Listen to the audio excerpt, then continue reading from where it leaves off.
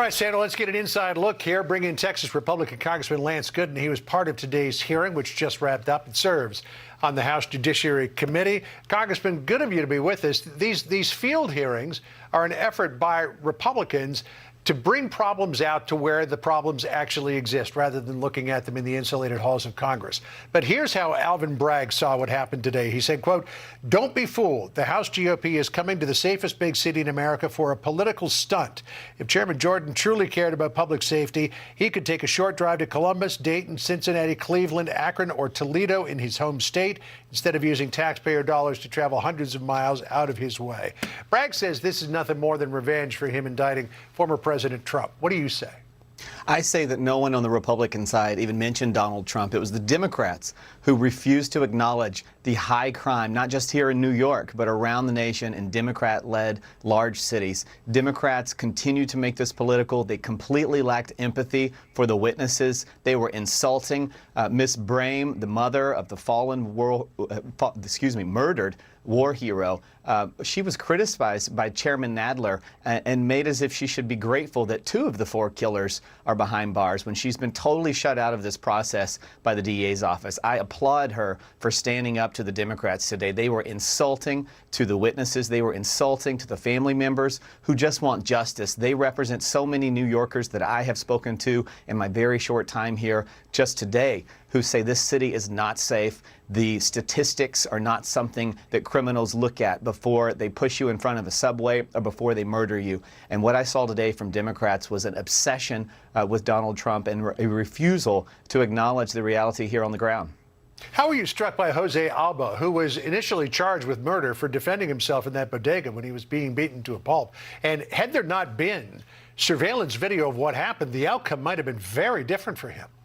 Yeah, it's a real tragedy. He doesn't speak English well, so he was working through an interpreter. He's had no one to advocate on his behalf. What happened to the Democrats being the party of immigrants? They let this poor man get trampled over by the judicial system. Alvin Bragg and his district attorney's office has totally left him behind. They have continued to deny justice to so many people. But what was so striking and so offensive was how the Democrats dismissed the concerns of these witnesses. They made it about Trump. They made it about statistics that no one here believes. They tried to say this is the safest city in America.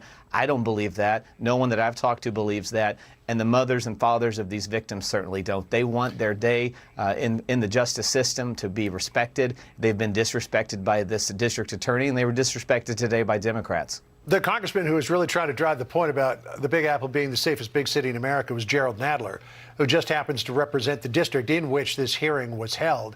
He seemed to play down the idea of crime in the big city. Listen to what he said.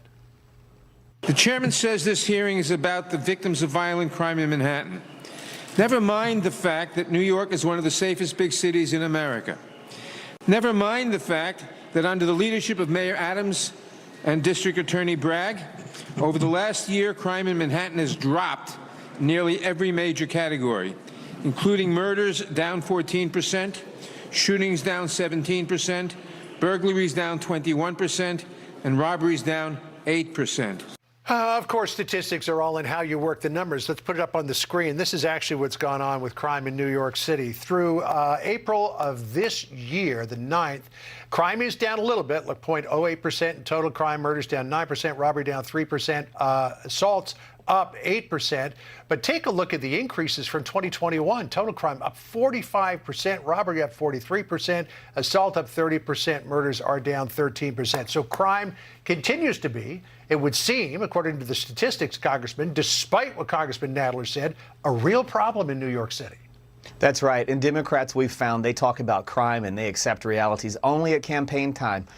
Congressman Goldman, whose district we were next door to during Nadler's district. Congressman Goldman, during his campaign last year, said that crime was worse than he'd seen it in 25 years. And now suddenly today, there's no crime in New York. It's crazy. What Democrats know is a huge issue for these voters across the nation is crime in their own backyards. And so at campaign time, they say they want to protect neighborhoods. They want to protect the people. They get to Washington, they forget about that. They focus on their obsession with Donald Trump, and it's got to stop. based on the testimony we heard today, there's a real disconnect between what Gerald Nadler says and what the reality for those people is. Congressman Gooden, good of you to be with us. Thank you so much. You. We'll look forward to you being back here in D.C. Thank you.